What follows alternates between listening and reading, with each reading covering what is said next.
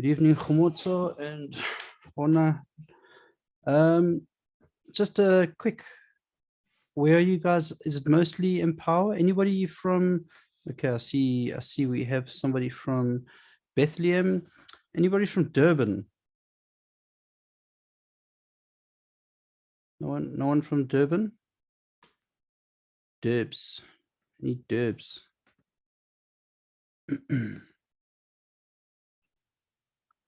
Yes. Okay, Khomotso, you're from Durban. Good to have you with us, Maru. Hi, Kurt. Hi, is that Miriam? Yes. Hi, from Pretoria. Hi, Miriam. How's it? Hi. So, guys, there's more people coming. So, get them in here.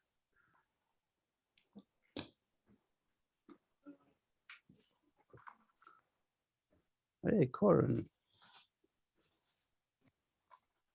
All right. I think we'll get started. Just waiting for Corin's audio to connect, and then we'll get going. All right, Corin, you there?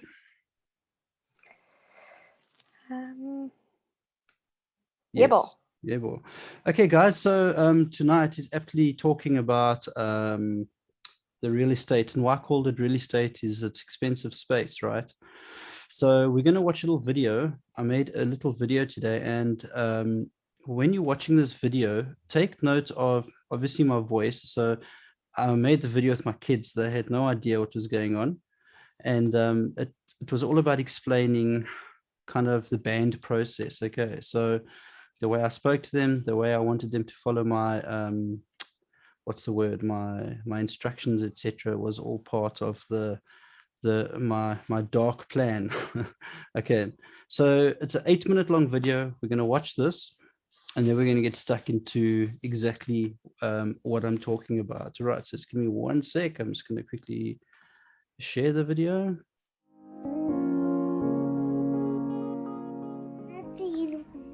Okay, so the first picture we're going to draw together, and this is what you have to draw now. Okay, so I'm going to draw the sea. You're going to draw the sun, and you're going to draw the birds. Okay. Okay, so the sea's going to be this side. So do you guys want to come sit this side with me? Yes, please. Okay, come this side. Come Joe, this side. Okay. So come around this way, Joe. Okay, so I'm going to draw the sea. Okay, so okay, can I borrow your pencil?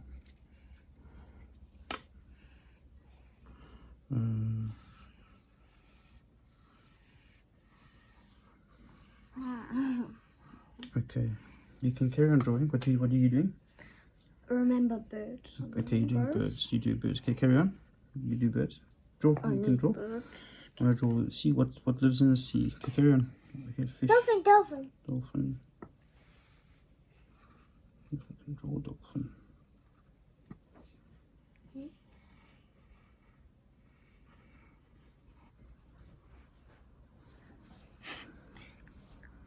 And the sun. Joe.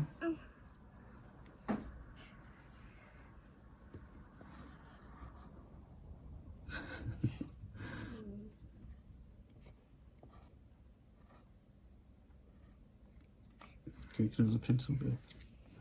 Okay, A fish. a fish.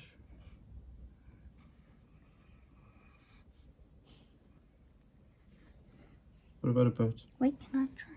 Okay, hold on. You can't just draw where I'm drawing. Okay, but you must ask. You ask me. Okay. Okay, draw. Okay, go for it. You do it. Is that it? Okay. Thanks. Let's join this. You want to draw that as well? Okay.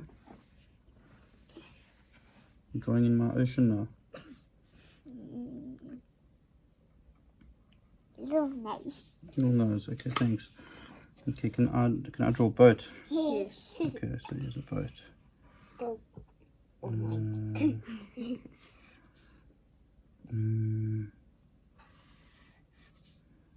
flag. Jeez, I don't know how to draw a boat. Okay, there's a boat. Put a little flag on it there, and it can have a sail. Okay. Can I draw any birds of it? Yeah, you can. Can I? Yes. Draw. What should I draw on it? Okay, cool. What else do we need? Maybe we can just do a little, those Tadpoles. frogs. Tadpoles. Tadpoles.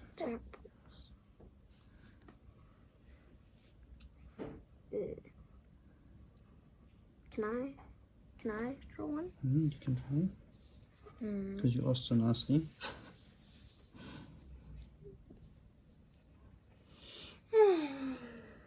Joe, can I help with your sun a bit? Can I make it a bit better? So we've got big rays now.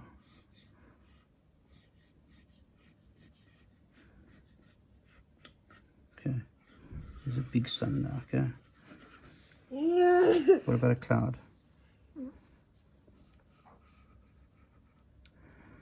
Can I also draw?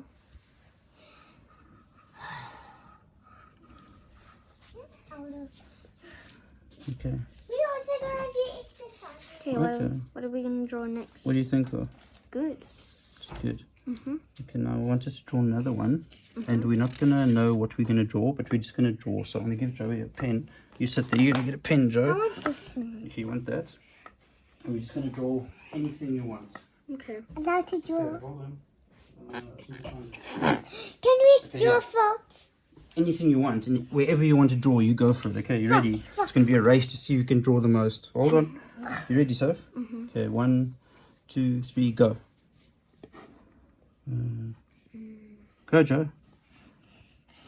I'm not good at equations. But you must draw, mother. I don't know what to do. I'm missing your face.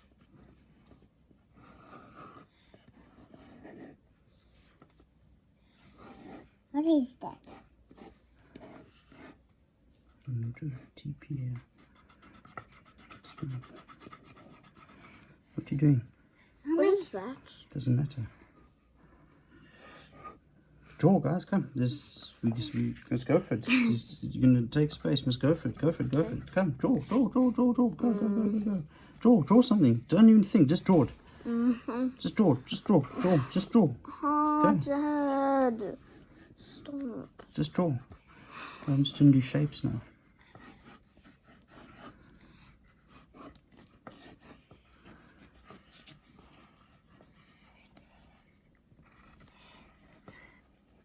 I'm going to draw my hamster.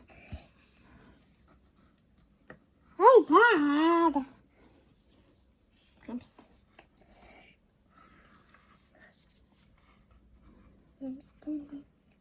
Dad! Dad, I want to draw Okay, my yeah, hamster. draw, guys. I'm not telling you to draw. But you Don't always... draw them. But you're making everything mixed up. What do you guys think? Don't draw there. Oh, I'm sorry. Okay. Was that fun? Was it not fun? Okay, I'm sorry. Okay. Okay, hey, draw your hamster. You each get to draw what you draw now. And I'll draw you, okay? Wait, quick, stop. What's that now? You also have. Okay, so I can't come this side. Okay, what happens if we do this? If I draw 3 circles, and then that's Joey's, that's Sophia's, and that's mine. We can all draw something in the middle. No, No, it's okay. You do your thing, I'll do my thing. Okay, I'm just gonna draw a fish. I'm trying to draw another dolphin. I don't got any space. Wow. My dolphin. I can't draw a dolphin. It's a cute tortoise. That's not a tortoise. Oh, What is it then? It's a hamster. Wait.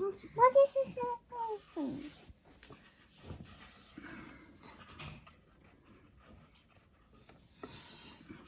There's the body. Okay, you finished? No. Can I just outline it? Mm-hmm. Okay.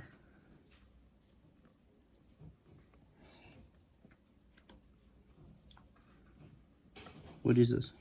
Okay. Okay. Okay, guys, I think that's it, eh?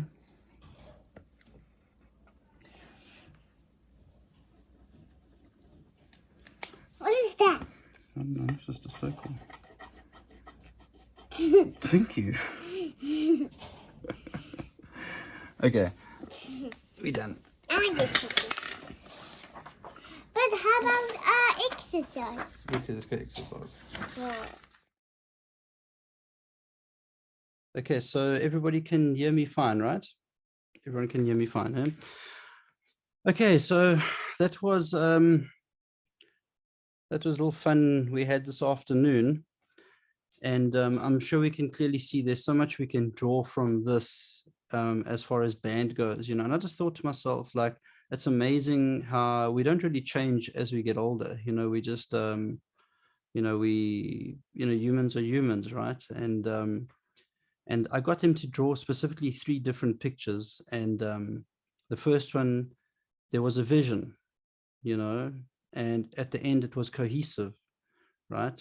The second picture, there was no vision. It was completely chaos. And the last picture, it was like there was no chaos, but there was also no unity. Everyone had kind of drawn to their own sides now, you know, to a place of safety almost, you know. And I want to kind of look at band um, and how we participate in a band with regards to space from that point of view. So a lot of this does touch on MD or a band leader role, but we're not going to cover that today. Today, we're specifically talking about drawing in somebody else's space. And as we can see with kids, it does have an effect, right? And I think to start this off, we have to talk, it goes deeper than just music. It goes into relationships. It goes into vision. It goes into respect. It goes into honor. It goes into all of these things when we bring it back to a band.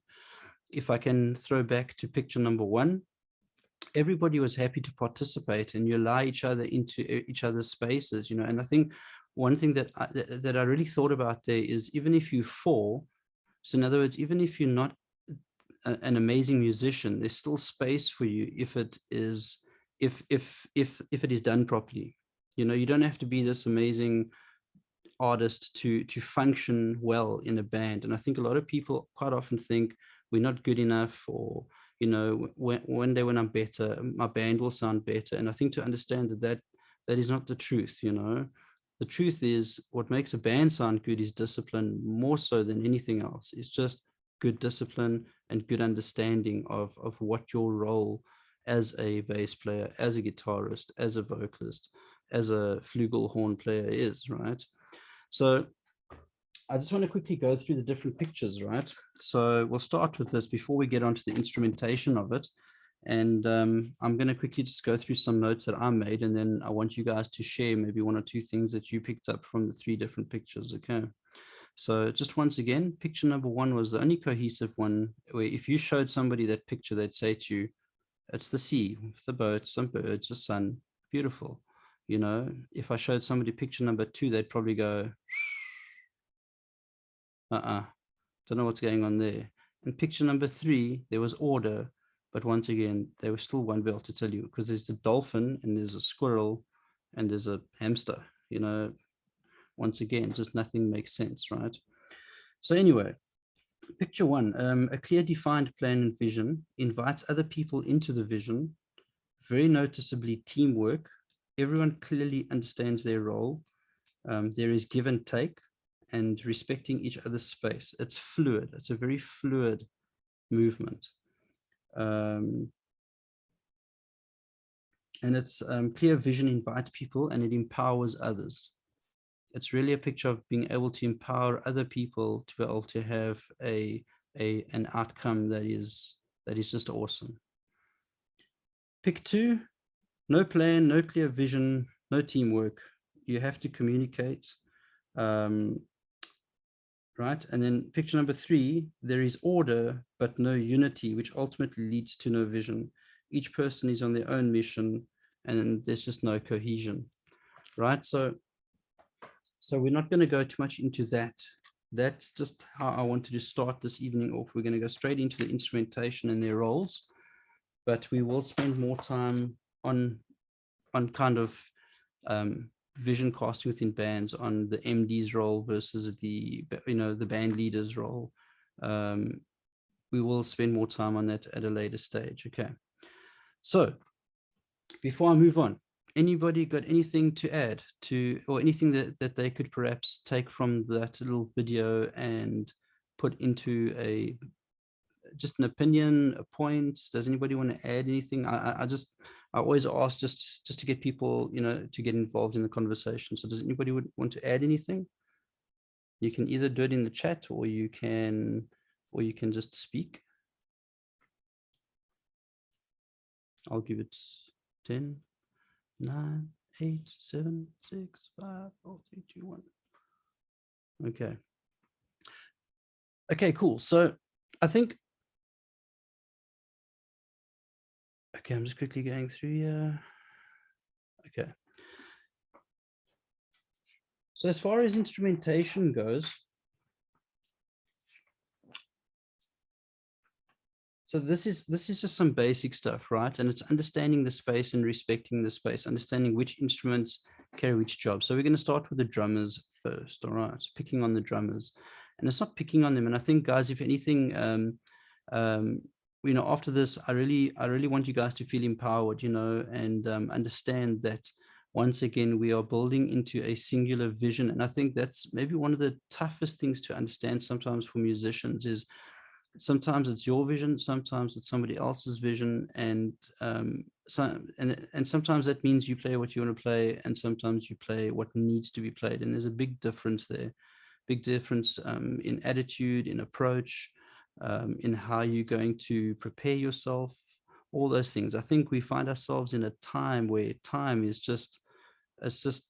time is fleeting, and we expect a lot out of our bands, but I don't think often we always understand exactly the amount of work that goes into making music sound awesome. There's a lot of work that needs to go into it, and work from a lot of people, work from prepping charts, prepping this, prepping that, getting the teams, the admin side of it. There is so much that goes on to getting a band sound good. And I think what a lot of people don't realize is all of that works together to make the band sound good. It's not like they are separate things, because it's all one team, it's all one function, it's all one vision at the end of the day. And all of these things are going to feed into that. Right, so drummer, a couple of notes here. Drummers, where's my notes? So, sorry, I've lost my place. There we go, found it. I think one of the things, they say often the drummer is the heartbeat of the band, and that is true. And what I've seen quite often with drummers is, or with any musician, let me not just pick on a drummer, is that when we come into a band, because some drummers hit hard, some drummers hit soft, some drummers, play in time, some drummers don't, is what's important is that we all play at the same level. It's pointless having a drummer that's absolutely on fire and hits hard, and the rest of the band are playing here and the drummer's playing here.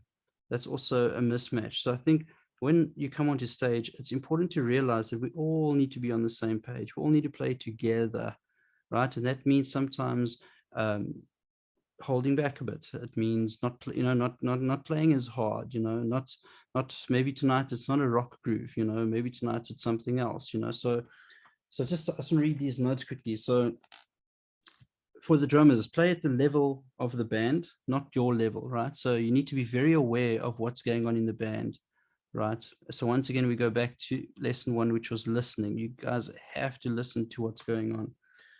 Don't overplay. Obviously, that goes without saying. That's a very simple one. Don't speed up and slow down, which is another straightforward one. So obviously lots of rehearsing with a click, especially during fills. So something for drummers to go and practice. And it's a good thing to record yourself and then go back and listen, because normally when drummers do speed up or slow down, it's during a fill, it's during a changeover or something to that effect. So it's a good exercise to go back and just record that. And then often songs are driven by percussive elements that are not necessarily on the drum kit, right? And I think especially these days when drummers come to a worship set, have a shaker in your bag, you know, have a listen to the song, see what else can I bring, because often those parts, a shaker is a massive part to a song, and quite often it really creates that forward momentum, that forward motion, and once it's gone, you notice it, you feel it, you miss it. And I've said before, a lot of music is felt, it's not heard, right? People might say the song's falling flat, and it might be something simple as just having a shaker in the background. So from a drummer's perspective, make sure that you guys are prepared and obviously play the right parts, come with the right instruments, the right sticks, you know, all those kind of things. All right, so as far as space goes, what makes a good drummer? So I mean, if a drummer is kind of laying it down, I think it's important to know when to be playing and when not to be playing, you know.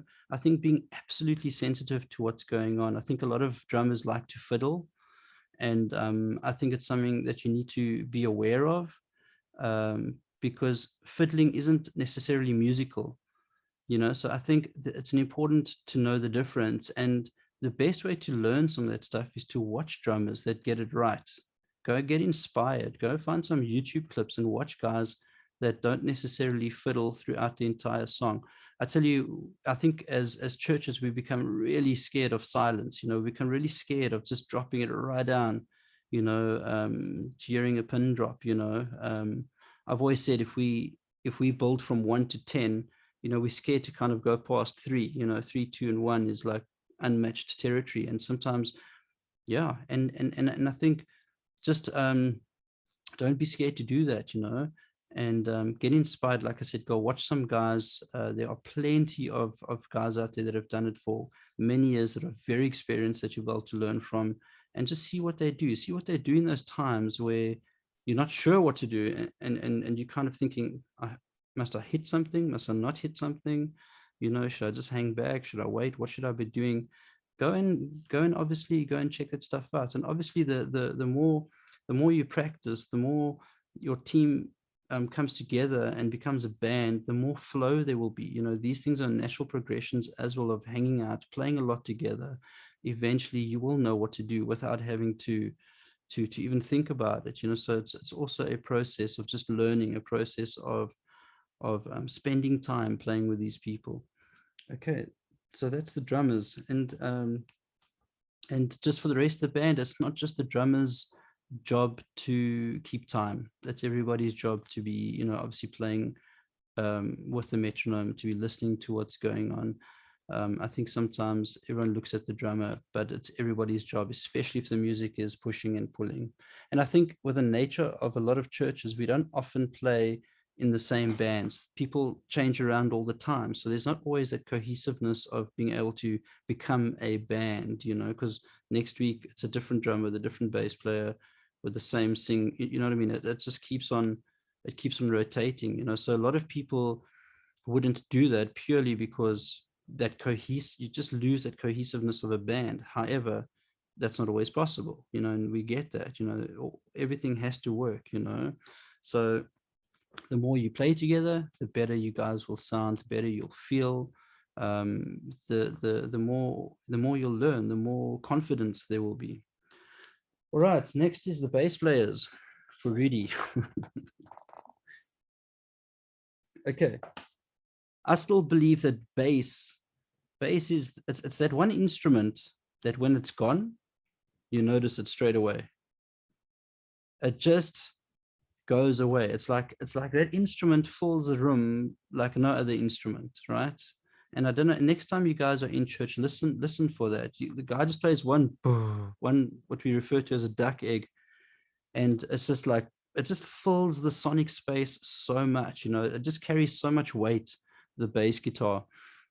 And I think what's cool about that is, or what's dangerous, the weapon of mass destruction in the band is, a bass in the right hands is a beautiful instrument.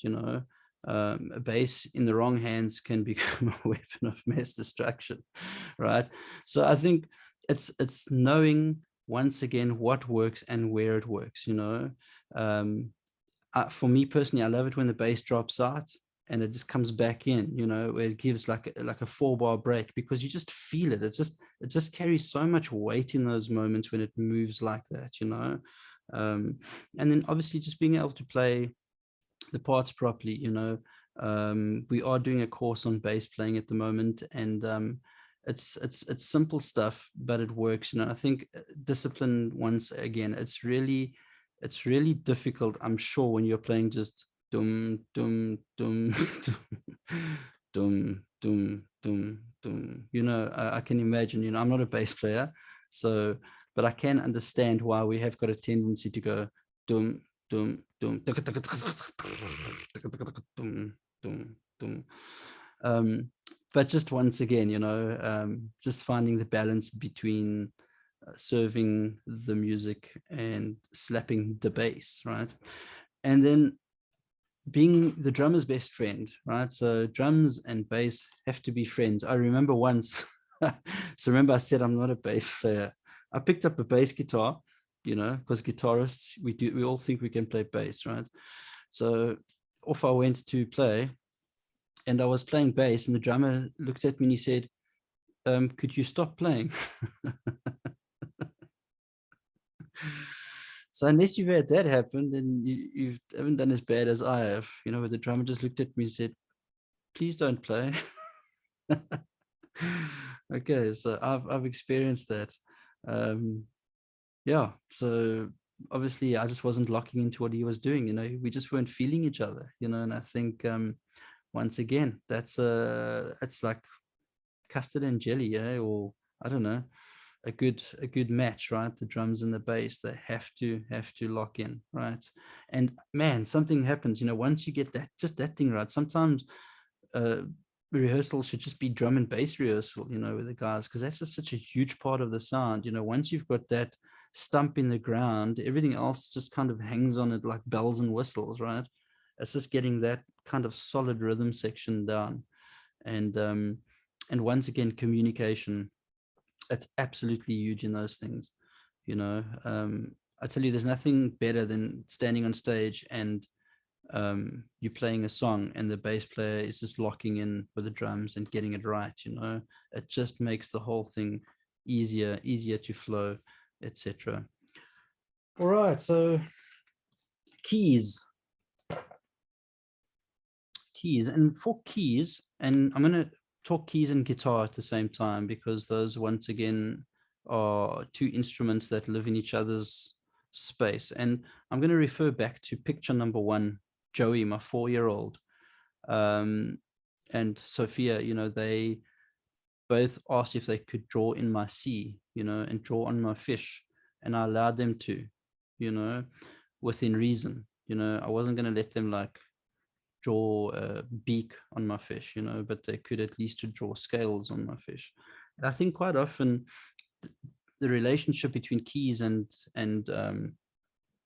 between keys and guitar needs to look like that. You guys need to be able to have a conversation always, and quite often what I've noticed is in a lot of church bands, those conversations never take place. You kind of get there and you play, and I'm not saying it's like that at your place. This is my observation. And once again, it's not necessarily because of a bad thing. It might be because of time or whatever, but there's never that discussion around, okay, we're playing this song. I've checked this out. I know, there's a part there. Can I double it with you? Or should I rather just stick to this? Or, but actually just talking these parts out, having a proper discussion, because those are the two instruments that can really bump heads, to the point where the guys literally don't talk to each other, So you've got to understand that those two instruments are constantly in each other's hair. And and there's nothing, I tell you, it's awesome when the key and the guitar are both playing the same line in different time signatures. That's the best. You know, so there's nothing unifying about that. That's like picture number 2, right? So for me, the biggest fix there is communication, right? And understanding that that because our instruments are so close related, we need to have those discussions. Some bands have got 2 keyboard players and 2 electric guitarists. I mean, that's a lot. That's a lot of instrumentation within the same sphere. And you can imagine, guys, if there's not a talk that has, a communication that happens, how that can end up sounding, especially if everybody's just playing the same thing and just playing what they feel they want to play, instead of having a conversation and everyone kind of deciding, okay, cool, I'll handle this, you handle that, I'll do this, and I'll do that. Okay, so first of all, communication, guitarists, keyboard players, pianists. Second of all, the power of the left hand on the keys, the power of the left hand, right? So all keyboard players know what I'm talking about. And when the power of the left hand and the bass player gives you that, so we've got to also be aware of that, is that, you're coming to join my scene now without asking me, so I think we've got, because once again, guys, it doesn't necessarily make the song sound better when you do that, but it will break relationships down. I think it's keeping all of those things, like we really need to be thinking about that constantly. Music is not just a way what I feel like, because I feel like doing this, I'm going to do that. You know what I'm saying? Like that's not how music works. Music works where everyone has got their space. I love it sometimes when a piano goes, to the bottom end, and sometimes it goes to the top end. That's cool. There's times for that, and I think it's important to go there sometimes, because we need the color. We need the color of the different instruments. We need that. But I think it's when it starts becoming just every single song is da da da da, and that's a problem. Every song just becomes, that's when we used to start losing focus of it becoming a cohesive band and just unity. It just starts becoming picture number 2. Okay, so guitars and keys. I've got nothing else much to share there. I think as far as guitars go, and I will speak about this in a second, the difference between live and kind of online, because a lot of churches have gone to an online, kind of online situation. And I think that there's a massive difference in the room and online, but we're going to get there in a second. Okay, so guitars, I think one of the most difficult things for guitarists, because 90% of the music you're playing in churches these days have got 8 guitars in the recording, and sometimes you one guy, and you need to kind of decide, okay, well, what exactly am I going to play? I get to choose from 8 parts, So the way I approach that is I try and always find what is very pertinent to the song, what makes the song sound like that song from a guitar point of view, and how can I make a hybrid from maybe 2 or 3 of the parts. So that's how I approach that, and I might even say to the keys player, can you handle that, because this is already happening and I need to play that part. There's that communication that happens, so that at least we don't lose things that that are really important to be played. Quite often, even on the guitar, like, if I'm listening and I hear, oh flip, there's no 16th, we're missing that 16th shaker, I just start playing it on the electric, just on one string, just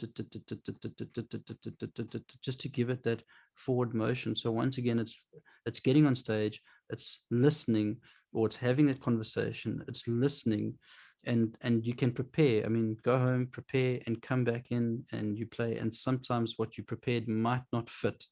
And in those moments, you need to be flexible and go, okay, that's not working, let me try this. So flexibility as a guitarist is important, right? And then sonically, your tone, your sound, knowing when to play full chords, knowing when to play smaller voicings, knowing when to, all those things, those are absolutely pertinent as an electric guitarist, is knowing exactly what to play, when to play it. And sometimes that might mean a couple of lessons, learning how to break chords down, especially with modern worship style music. There's a lot of technique that is used that that you're going to have to spend time checking out. Right, keys players. I don't have anything else to say there. I think with both the instruments, keys and guitar, sometimes we kind of get that extra finger plonk, and I think it's also, once again, staying away from, especially where it's supposed to be a whole note. 1, 2, 3, 4 should be that, and it becomes 1, 2, 3, 4. So I think it's being aware of that, of just respecting the space, absolutely respecting the space.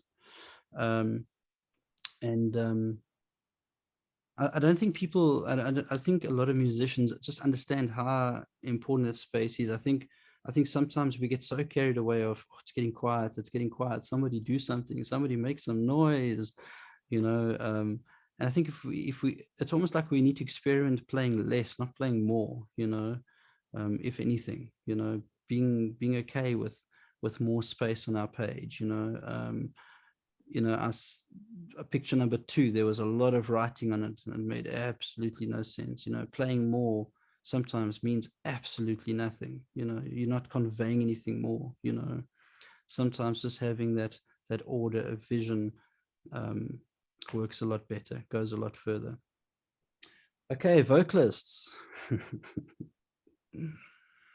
I don't have any vocalist jokes, but I think, obviously our job as a band, like I said in the beginning, one of the earlier lessons, I said that our responsibility within a worship team is the same. The drummer's responsibility is no different to the singer, no different to the bass player, no different to the keyboard player. We all carry a responsibility. However, our roles are different, right? A worship leader isn't a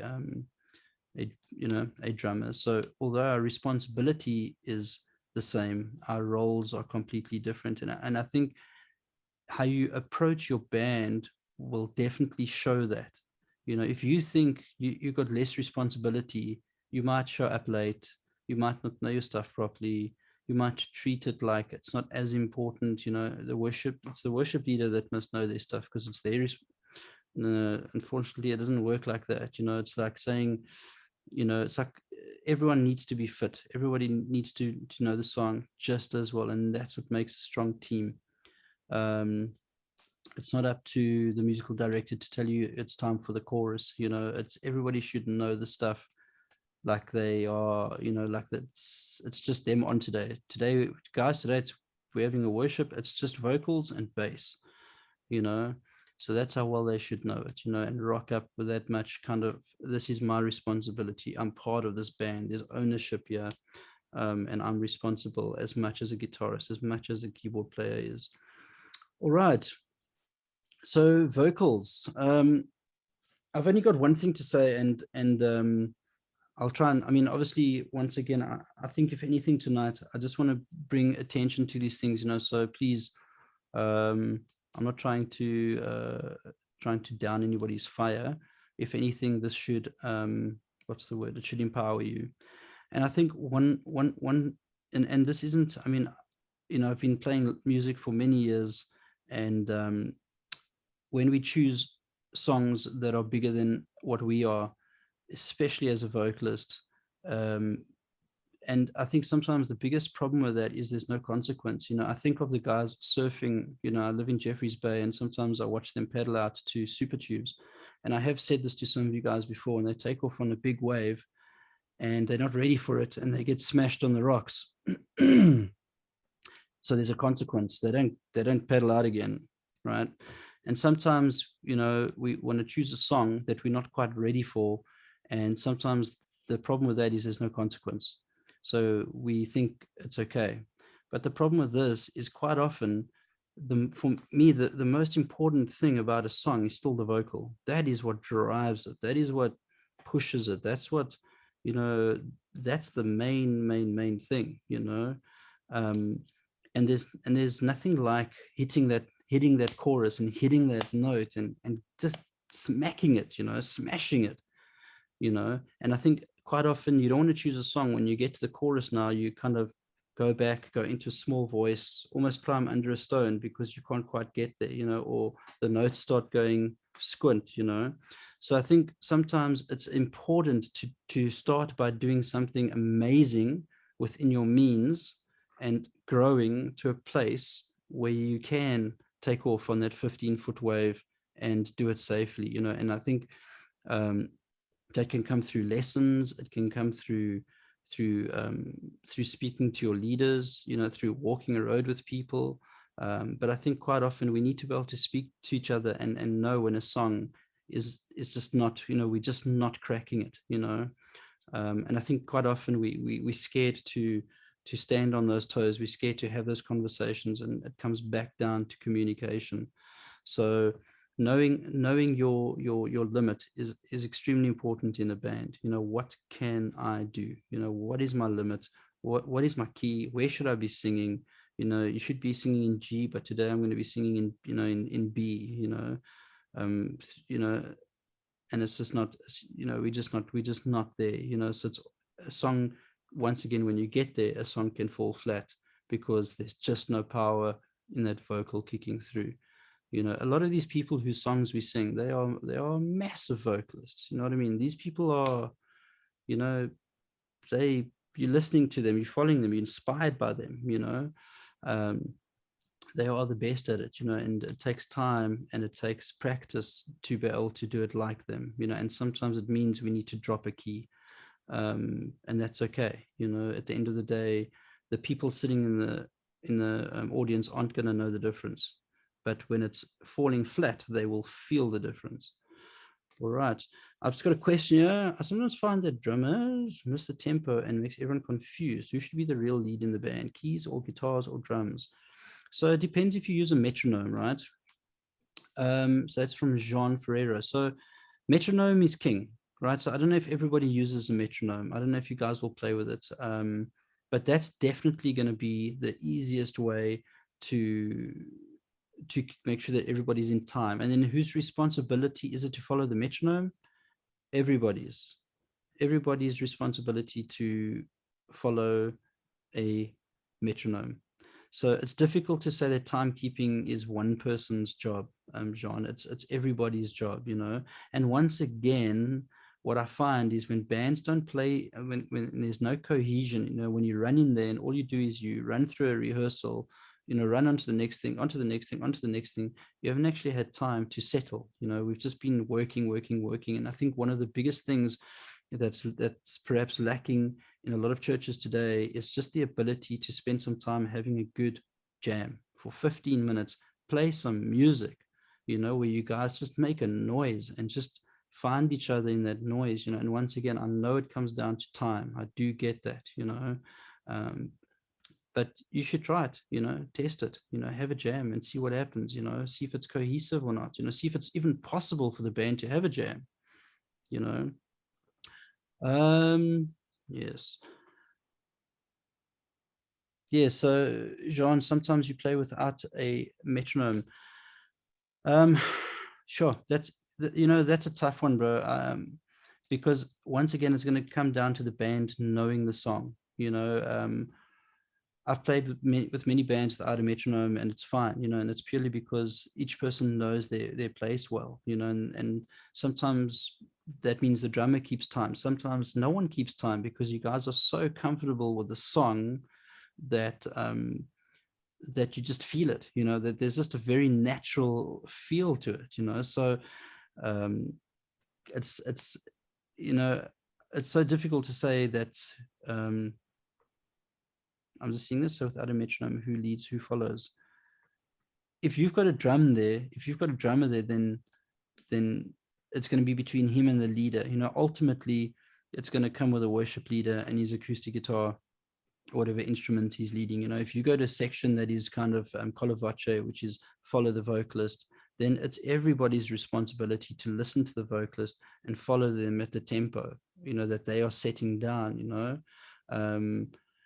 know, so for me, it's always going to be the singer that's going to kind of set what's happening, sometimes they want to rit, sometimes they want to slow a song down. It's important that we follow them through that, but timekeeping, it's everybody's responsibility, man. It's so difficult to say. It's, so I can say this: one person sets the tempo, but it's important that everybody follows the tempo. So in a position where there's no metronome and there's a worship leader, follow the worship leader. At the same time, if you're all on in-ears and the band is, half the band's down there, half the band's on the other side of the stage, it's going to be almost impossible to find each other there. So the drummer should be doing something to at least keep everybody just at some point kind of cohesive, and once again, if you guys aren't playing in the same teams all the time, it's going to be difficult to read that. We watch all these bands and we go, wow, these guys are amazing, but we don't realize these guys sleep together, they eat together, they play together, they are a band, right? And I think sometimes we go, why can't we just be the band, but obviously it's a completely different situation. We got jobs, we got, and that's their job, that's all they do, they go there and they play. There's other things going on, so I think these are definitely the discussions, John, that you guys need to have and talk about these things. Just talk about them, and say, okay, cool, maybe we should play through this next time in your rehearsal. Do that, play through a song without a metronome, and follow and practice following the worship leader. Give it a try. I hope that answers your question. Acoustic guitarists, yes, absolutely. There's lots for the acoustic guitarists. So the acoustic guitar is still the most, it's the strongest percussive instrument in any band, right? Once again, it's also a weapon of mass destruction if in the wrong hands. So an acoustic guitar can be a beautiful thing, but I think once again, we cannot underestimate how strong it is percussively. Right? Sometimes, especially in recordings, that's all you want to hear of the acoustic guitar. It's just that percussion, that cha cha cha cha cha cha cha. It's just so strong, right? So if we start chopping up the beat as an acoustic guitarist and just playing our own thing, it can throw the music in such a weird way all over the place. It's probably, I think, rhythmically the most important instrument in a band to really sit in the pocket, to really get it right. Because it can be absolutely, it can just pull the music this way, it can just pull the music that way, to the point where the sound engineer just goes, and I promise you, quite often in churches, you go into church and what instrument can't you hear? The acoustic guitar. Why? Because it's a weapon of mass destruction if it's not used properly. So it's got to be, there's a lot of respect for acoustic guitar players. Understanding even your plectrum, even your attack, even your picking ability, all these things are important. That it's a beautiful instrument in the right hands. And sometimes it's even cool to just stop all the music and just go to an acoustic guitar that just plays some beautiful chords or some beautiful picking. We don't do that anymore. I very seldomly hear that in a church anymore. And it's like, and maybe there aren't any acoustic guitarists that can do that. I don't know, that have got the ability of just playing it gently, but at the same time getting busy with it. What I've seen a lot of guys who lead worship by themselves, maybe in a home group on acoustic guitar, and it's very hard playing chicka-chung, because it's volume, it's rhythm, it's all these things, and that's cool. But then they play like that in a band setting, and that doesn't work either. It's two completely different mindsets. You can't take what you do on your own and do it in a band. You've got to think completely different when you take it to a band setting. And sometimes that means a lot less is a lot more. And I know we have been working through that with the guys on the acoustics, just having a very specific rhythm that locks in with the bass, locks in with the drums, etc. And to give the sound engineers confidence once again in acoustic guitarists. Because like I said, man, you walk into any church and that's the instrument that's always just like Okay, we'll bring him up a bit. I can just, and then all you hear is that sounds like somebody grating potatoes, you know. So I think we don't want to be stuck in that position where we have to turn you down. You know, I think you need to understand that that's an important instrument. It's a very important instrument to respect and to know how to play. All right.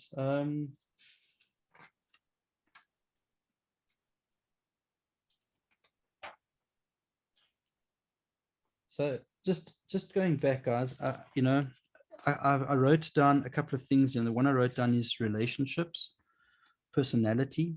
Personality is huge, huge, huge, huge, huge when it comes to music. Grace for one another, a teachable spirit, and just truth empowers, you know, not to be scared, you know, to be able to speak to one another. I think it's pertinent to be able to have that in a band, you know, build relationships. Guitarists build relationship with a keyboard player. You know, drummers build relationship with a bass player. Sometimes organize a jam just with the two of you, you know, just so that you guys can, you know, you don't have to wait for Thursday night. Maybe get together, you know, and have a jam, you know, maybe have a breakfast and have a jam. But once again, just respecting one another and understanding that this is a journey. It's a learning thing, and there should always be safety within learning. So it's not a case of, okay, guys, next week we're doing this. It's a journey, and I think that's what's going to be important on this journey that most of you are taking with the Zeal movement. Is we're just spending this year, we're just learning, we're just recalibrating. We need lots of grace, we need lots of time for each other, and just to learn through this program. And for a lot of us, we've never spent time doing this before. So for a lot of people, it might be absolutely new. So don't put pressure on yourself and one another. Just have, like I said, a lot of grace for one another, and you know, be able to talk to one another to discuss these things that we've just spoken about. So next time in a band, think about those pictures that those kids drew. A 7-year-old and a 4-year-old got it, you know. And as soon as I got into the 7-year-old space, hey, she didn't like it. You know, she was like, why are you drawing on my picture? You know, and at least she says something, right? The keyboard player might not say anything. And I think quite often that happens in bands, and relationships become very, they become difficult. You know, they always feel like that person's drawing on my fish, you know, and it's important to talk about these things, you know, so that people aren't drawing on your fish. All right. Any questions before we close, guys? I think the biggest thing you can take out of this is just that respect for each other's space, and just respect for each other, you know, honoring each other. Like I said, it's crazy how much of band comes down to relationship, you know, and just fun, you know, just having fun, having a place where it's not a heavy all the time, you know, having, you know, getting together in a band room, where it's just an absolute, you know, where there's joy, you know. And I think a lot of things like a teachable spirit, etc., comes along to bring that joy. You know, when we rock up there, I was chatting to somebody this week, and we were just having a massive discussion on the humility behind songwriting, and understanding that music is no different. You know, when we come together, you know, to be humility, you know, to enter a band room with humility, you know. And absolutely, Jean, agree with that. Collaboration to greatness. That's an awesome way of putting it, you know. The only, like I said, I mean, I suck at drawing, but the only picture that made any sense tonight was a picture that I got help from by a 4-year-old and a 7-year-old. It's not a case of you're not good enough. It's a case of just being, just allowing people to empower you, understanding that maybe I need to listen, you know, in this space, I fall under this, you know. Yes. So any last questions, guys? Does anybody actually want to say anything? You can speak. You guys are more than welcome to actually say something. Anyone?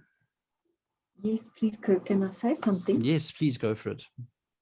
maybe just to help, it might just help some of the other guys as well, what we experienced as a band, coming back to the timing. Before we actually had a metronome that's in everyone's ears, the drummer had an app, and he would play, of course he would prepare beforehand the song, and he would work out all his songs and the beats per minute. And so he had his app with him and led the song for us, in the metronome, according to the beats per minute. So at least we had someone with a consistent timing. That's the one thing. And then the other thing is what we found, because I see one of the questions is saying who actually leads the music. We just found the person who's the most musical, very often, or the most qualified. In our case, it was the keyboardist, because they can hear the vocals, the chords, timing, has an idea of the whole band. At the present moment, our music director is the drummer, although he's just keeping the technical side of things, but he doesn't hear chords and he doesn't hear the vocals as well. So I would suggest, the most musical person to lead the music, to implement what the worship leader has on their hearts, and to bring excellence in the band, making sure that everyone's doing their job, Yeah, cool. It helps. That's great. That's great. Anybody else? And guys, that was Miriam from Pretoria. Just that they know. Anybody else? Yeah, just on a vocal side, I mentioned it in the chat. Just singing together as a team is vastly different from singing a solo, and the importance of vocals knowing how to blend well together. Blending is extremely important when you're singing with a group, knowing that you can't kind of go off and do your own thing, but your listening skills really have to be high as to what everybody else is doing, and you really got to blend together as one voice, and pay particular attention to that. Can I ask you a question? Yes. Why do you think that often doesn't happen? I think it's just I think it's practice. People need to be taught how to blend well together. You kind of come in with your own voice and your own vocal technique, and when you're singing with a group, the whole landscape changes. You can't come in like you're singing a solo. It's very different from singing on your own. Okay, so training, you'd say, is that basically what you're saying? Just training, eh? Yeah, or a training and just an awareness sometimes is helpful. Just by saying to singers, you're singing in a group, you're not singing solo. Be really aware of what other people are singing around you, and try. And exercises and blending with a vocal group are actually good. So listening exercises, listen to the person either side of you and try and match your vocal, your where you land lyrics, how you sing the melody. Try and match what the people either side of you are doing. It's a really good exercise in listening and blending. I just want to ask you one more question. So guys, before I ask Corin a question, I've known Corin for probably over 20 years, and Corin was a professional singer before she took a full-time position at Grace in Umhlanga. And I just want to ask, so she's been singing professionally for many years, and I've just got one question regarding choosing a song. How do you manage the choosing of a song that perhaps is too big for a vocalist, or how do you manage that, that point of contention, because it can become that? So how do you guys managing choosing the right song that the singer can sing? Sure. I think I mentioned in the chat earlier that Taya from Hillsong is one of the singers that I've admired and tried to duplicate many, many times, and just failed miserably because she's just got such an incredible vocal. I would say simplify, try and simplify the song, not deviating from the melody, but just kind of, you don't need to do all the ad libs that she does, or hit all the notes that she hits. Change the key. You don't have the same range as Taya. She's got an incredible range. So I changed the key to a lower key that I can manage as more suited to my voice. And there's been times where I've tried and just abandoned a song because I actually don't sing it. I'm not cut out to sing certain songs. So I think definitely play to your strengths when choosing a song. How do you manage that for other people in your team? Do you try and just encourage people to do the same, what you just said, sing within your means? Is that kind of how you approach that? Yeah, I encourage people in my teams to sing parts. I generally when we choose songs for congregation to sing, if your vocal team is battling to sing the melody, your congregation is going to battle to sing the melody. So it's probably not the song that you should be singing in church, because you're not going to have that community of worship, because it's going to be more like you can sing the song, but your congregation can't join in because the song's too difficult. Either the melody's too complicated, or it's just not singable. So yeah, just be really aware of that. If your vocal team are battling to sing and keep up, then so is your congregation. Okay, yeah, that's a good point. I like that one. Thanks, Corin. Anybody else? Cool. Anybody else want to add anything on this beautiful Monday night?